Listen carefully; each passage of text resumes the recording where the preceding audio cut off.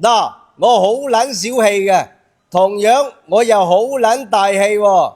尋日有個阿姨打電話俾我，佢問嚟都會山莊食無花果浸雞送黃鱔煲仔飯呢個特價套餐，係咪一定要點青菜？如果唔點青菜就會鬧佢哋。咁我同佢講啦，我哋從來冇要求啲客人食特價套餐一定要點青菜嘅。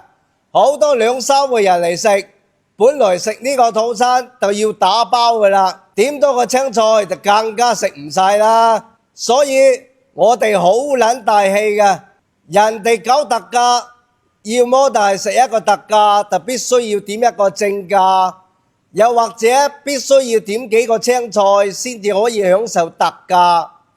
但係我哋都會山莊從來冇要求人哋點青菜，只不過係建議啫。同埋我哋從來都冇鬧啲客人㗎，冇理由啲人嚟食飯喺度鬧啲客人㗎嘛，最多都係網上發下牢騷啫，唔會現場鬧人哋㗎。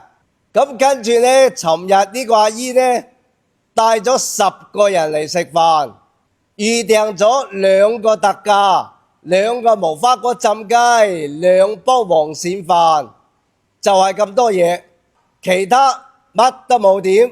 咁跟住呢，我就備註咗佢手機號碼啦。10人嚟食2個特價，冇點青菜。嗱，我又好撚小氣嘅喎。即係你話2、3個人嚟食，3、4個人嚟食，唔點青菜呢，我可以理解啦。10個人嚟食2個特價都唔點青菜，我真係唔理解。所以我好撚小氣，備註佢哋嘅號碼。下次佢打電話過嚟嘅話呢，我問佢食唔食青菜啦。如果唔食青菜，我真係唔做佢生意。咁但係呢，佢可以揾啲朋友打電話過嚟咪得咯。10個朋友足足可以訂10次啊！我教埋你哋點樣去做啦。其實呢，我呢個特價活動呢，做咗有半年啦。5個人以上嚟食飯，淨係食特價唔點青菜嘅，只有幾張台嘅啫。世界都係好美好嘅，好多人都係好自覺嘅。有啲2個人雖然食唔晒，都點個青菜嘅。佢哋話食飯唔食菜，邊食得落啊？所以呢，非常感謝嗰啲呢嚟食特價又點多個青菜嘅朋友。咁而人又多又唔點青菜嗰啲呢，極少，真係極少。